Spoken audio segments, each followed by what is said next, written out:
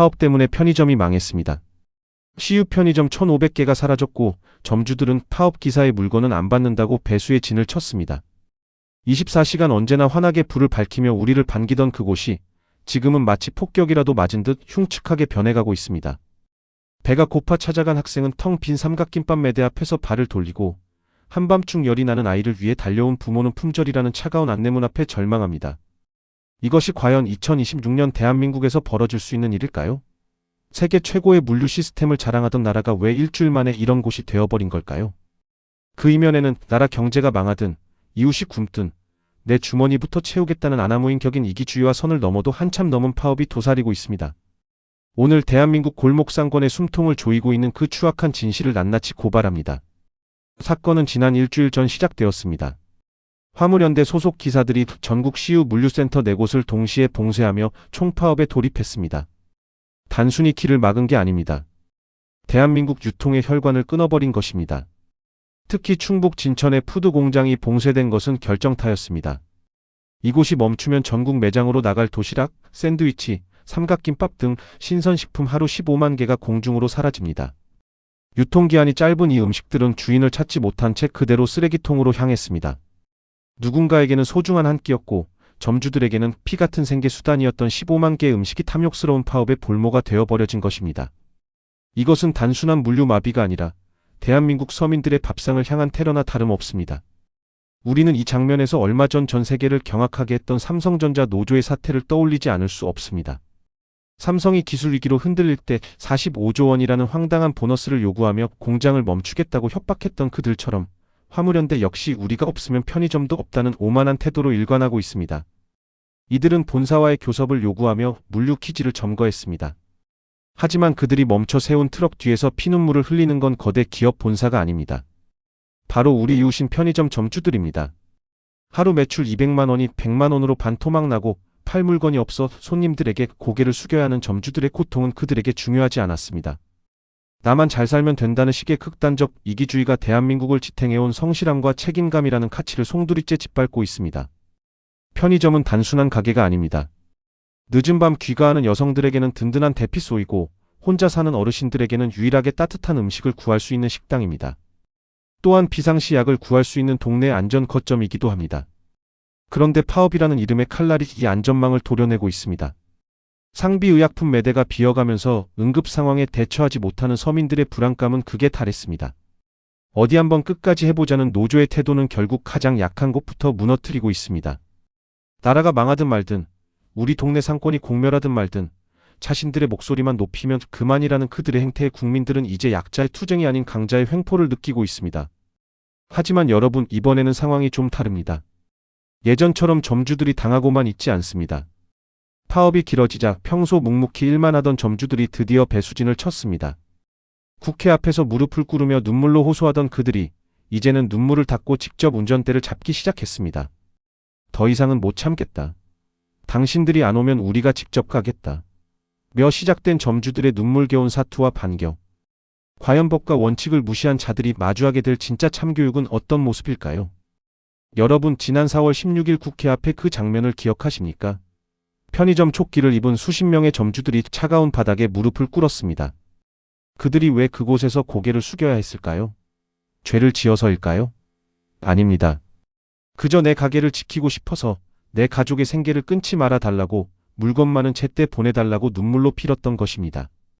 우리는 하루하루 벌어 먹고 사는 소상공인입니다. 제발 우리 물건을 인질로 잡지 마세요. 이 처절한 외침은 대한민국을 울렸습니다. 하지만 그들을 마주한 파업 노조의 반응은 어땠습니까? 응원이나 미안함이었을까요? 아니었습니다. 그들에게 돌아온 것은 본사랑 해결해라, 우리는 모르는 일이다라는 차가운 외면과 비웃음뿐이었습니다. 심지어 진주 물류센터 앞에서는 파업에 동참하지 않는 동료 기사를 방해하고 매대가 비어 고통받는 점주들을 향해 우리가 멈추면 너희는 망한다는 식의 오만한 조롱까지 서슴지 않았습니다. 선량한 사람들의 눈물을 비웃은 대가는 참혹해야 마땅합니다. 그리고 드디어 그 인내 임계점이 폭발했습니다. 참는데도 한계가 있는 법입니다. 평생 법 없이도 살 것 같던 순박한 점주들이 변했습니다. 더 이상 당신들에게 구걸하지 않겠다며 드디어 배수진을 친 것입니다. CU 가맹점주 연합회는 사상 초유의 배송 거부 선언을 발표했습니다. 내용은 단호했습니다. 파업에 참여해 우리 매대를 비게 만든 기사가 뒤늦게 가져오는 물건은 단 하나도 받지 않겠다. 여러분, 이게 얼마나 무서운 결단인지 아십니까? 물건을 안 받으면 당장 오늘 팔 물건이 없고 손해는 점주가 봅니다. 하지만 점주들은 말합니다. 돈 몇 푼 손해보는 것보다 내 생존권을 우습게 아는 사람들과 손잡는 게 더 수치스럽다. 이것이 바로 대한민국을 지탱해온 소상공인들의 저력입니다.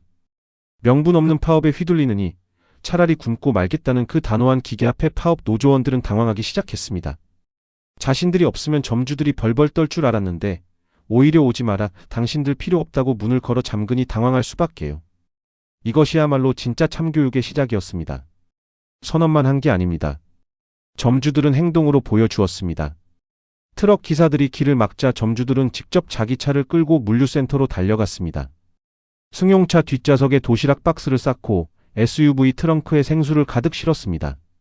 환갑이 넘은 노점주부터 갓 가게를 시작한 청년 점주까지 내 가게는 내가 지킨다는 일념 하나로 물류 전쟁터에 뛰어든 것입니다.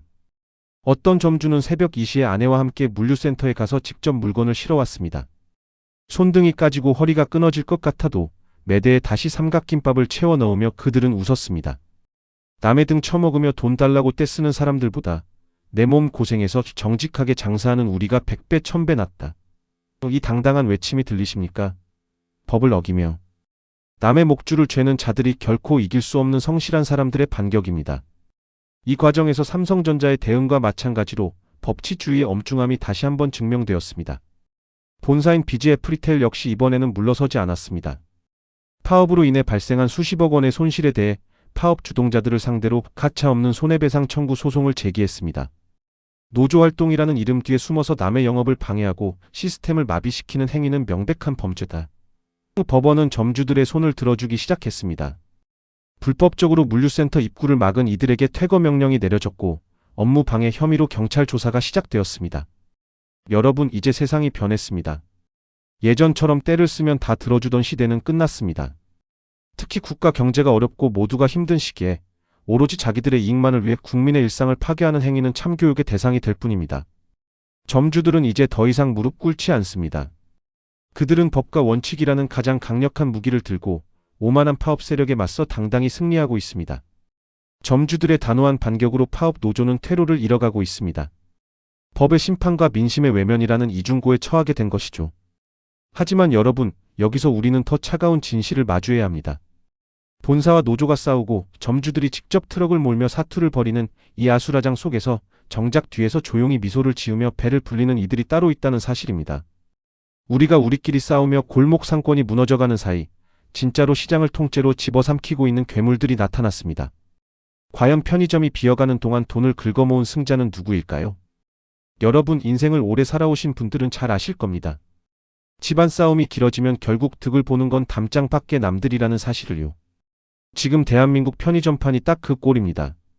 본사는 마진이 안 남는다고 엄살 부리고 노조는 내 몫을 더 내놓으라고 길을 막고 점주들은 살려달라고 무릎을 꿇는 이 난장판 속에서 정작 손님들은 어디로 갔을까요? 여러분은 최근에 편의점에서 물건 살 때 어우, 왜 이렇게 비싸? 라고 느껴본 적 없으십니까? 파업으로 매대가 비고 싸움박질로 시끄러운 사이 우리 국민들은 조용히 지갑을 닫았습니다. 그리고 그 발걸음은 아주 의외의 곳들로 향했습니다. 우리가 우리끼리 총을 겨누고 있을 때 성문 밖에서는 이미 성벽을 허물고 안방까지 차지한 진짜 승자들이 미소를 짓고 있습니다. 지금부터 뉴스가 절대 말해주지 않는 편의점이 처참하게 무너진 진짜 이유와 그 빈자리를 꽉 찬 괴물들의 정체를 공개합니다. 먼저 이 충격적인 숫자부터 보십시오. 1989년 서울 올림픽 선수촌에 1호점이 생긴 이래 대한민국 편의점은 단 한 번도 성장을 멈춘 적이 없습니다. IMF 때도 금융위기 때도 편의점은 늘어났습니다. 그런데 2026년 현재 36년 만에 처음으로 전국의 편의점 숫자가 줄어들기 시작했습니다. 그래프가 꺾였다는 건 이 산업이 이제 사망 선고를 받았다는 뜻입니다. 매출 증가율은 더 참담합니다. 2023년 8%였던 성장이 2025년에는 0.1%까지 추락했습니다. 0.1%. 이건 성장이 아니라 심정지 상태입니다. 왜 이렇게 됐을까요? 유통업계 전체가 불황이라서 그럴까요? 아닙니다. 같은 기간 신세계 이마트의 영업이익은 무려 238%나 급등했습니다. 유독 편의점만 홀로 어닝 쇼크를 맞고 있는 겁니다. 내부에서 노조가 길을 막고 본사가 책임 회피를 하며 시간을 끄는 동안 편의점이라는 매력적인 시장은 이미 고사하고 있었던 겁니다. 그렇다면 편의점을 떠난 그 많은 손님은 다 어디로 갔을까요? 바로 다이소입니다. 여러분, 요즘 다이소 가보시면 깜짝 놀라실 겁니다. 예전에는 플라스틱 바구니나 팔던 곳이 이제는 편의점의 가장 강력한 라이벌이 됐습니다. 숫자로 확인해 볼까요? 2025년 다이소 매출은 4조 5천억 원을 돌파했습니다. 영업이익률은 9.3%에 달합니다. 반면 우리 편의점 본사들의 영업이익률은 고작 1.1%입니다. 만원어치 팔아서 편의점이 110원 남길 때 다이소는 900원 넘게 남기고 있다는 뜻입니다. 무려 9배 차이입니다. 시니어분들도 이제 영리해지셨습니다. 편의점에서 3,000원 하는 건전지, 다이소 가면 1,000원입니다. 편의점에서 비싸게 파는 과자, 다이소에선 골라 담아도 몇천 원 안 됩니다. 편의점이 노사 갈등으로 물류가 막히고 가격을 올리는 사이 다이소는 균일가라는 무기로 우리 부모님들의 지갑을 통째로 가져가 버렸습니다. 내부 총질에 정신 팔려 고객이 원하는 가격과 신뢰를 놓친 대가는 이렇게나 혹독합니다. 또 하나의 괴물은 바로 쿠팡입니다. 예전에는 우유 하나 사러 누가 택배를 시키나 그냥 앞 편의점 가고 말지라고 했습니다. 하지만 이제는 아닙니다. 눈 뜨면 문 앞에 와 있는 새벽 배송이 집 앞 편의점 가는 5분의 수고로움조차 지워버렸습니다. 편의점 매대가 파업으로 텅 비어 있을 때 쿠팡의 물류 트럭은 쉼없이 달렸습니다. 편리함의 맛을 들인 2030세대는 물론이고 이제는 스마트폰에 익숙해진 5060 시니어 세대까지 쿠팡으로 넘어갔습니다. 무서운 건 이겁니다. 한번 쿠팡으로 넘어간 손님은 다시는 불편하고 비싼 편의점으로 돌아오지 않는다는 사실입니다. 노조가 자기들 밥그릇 챙기겠다고 물류를 막은 그 일주일 동안 수백만 명의 고객이 쿠팡의 와우 회원으로 갈아탔습니다. 자기가 서 있는 바닥에 불을 지른 꼴입니다. 마지막으로 정말 의외의 승자가 있습니다. 바로 사라진 줄 알았던 동네 슈퍼입니다. 편의점이 대기업 간판 달고 비싼 수수료 떼어가며 노사 갈등으로 시끄러울 때 묵묵히 자리를 지키던 SSM과 동네 마트들이 다시 일어서고 있습니다. 조사에 따르면 편의점 대신 동네 슈퍼를 선택한 비율이 1년 만에 18%나 급등했습니다. 편의점이 11인이 21인이 하며 눈속임을 할 때 동네 슈퍼는 정직한 가격과 덤으로 승부하며 다시 주민들의 사랑방이 되고 있습니다. 결국 본사와 노조가 싸우느라 본질을 잃어버린 사이 가장 원초적인 유통 채널인 동네 슈퍼가 그 틈새를 공략해 성공한 것입니다.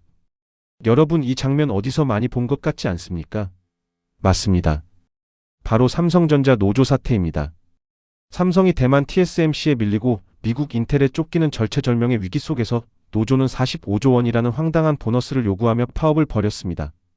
우리가 내부에서 서로의 발목을 잡고 있을 때 경쟁국들은 환호성을 지르며 우리 시장을 뺏어갔습니다.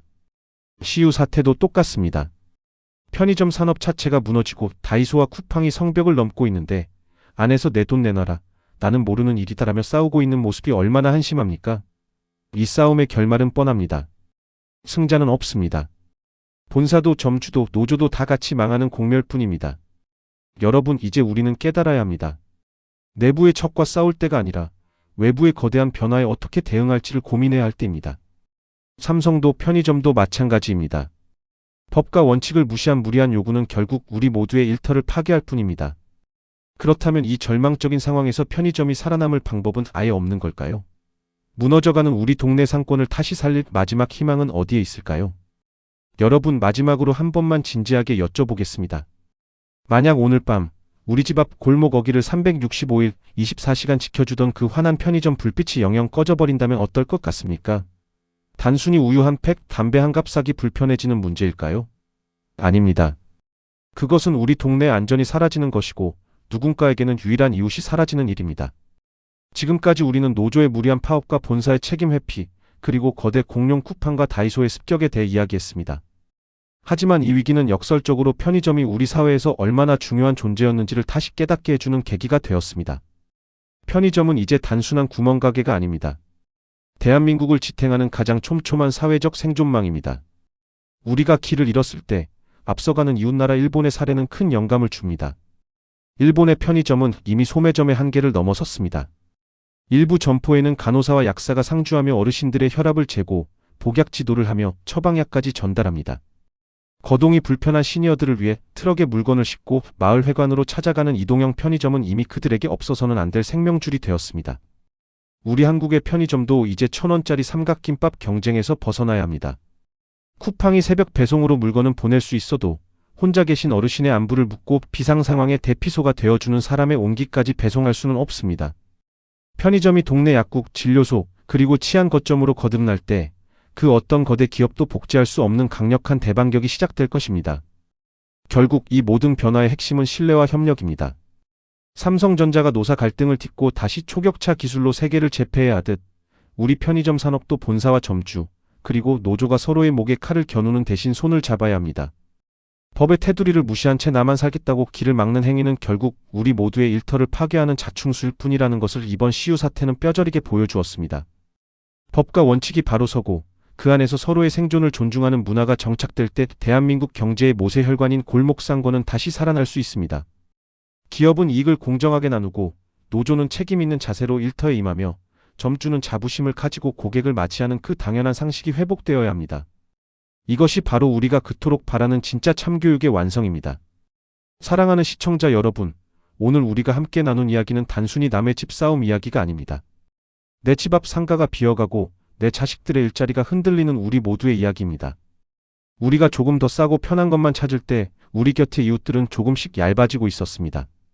하지만 늦지 않았습니다. 우리가 우리 동네 편의점을 단순한 가게가 아닌 소중한 이웃으로 바라봐 줄 때, 그리고 무리한 욕심보다는 상생의 가치를 응원해 줄 때 대한민국 골목의 불빛은 결코 꺼지지 않을 것입니다. 여러분의 동네는 지금 안녕하십니까? 가장 먼저 비어가고 있는 가게는 어디인가요?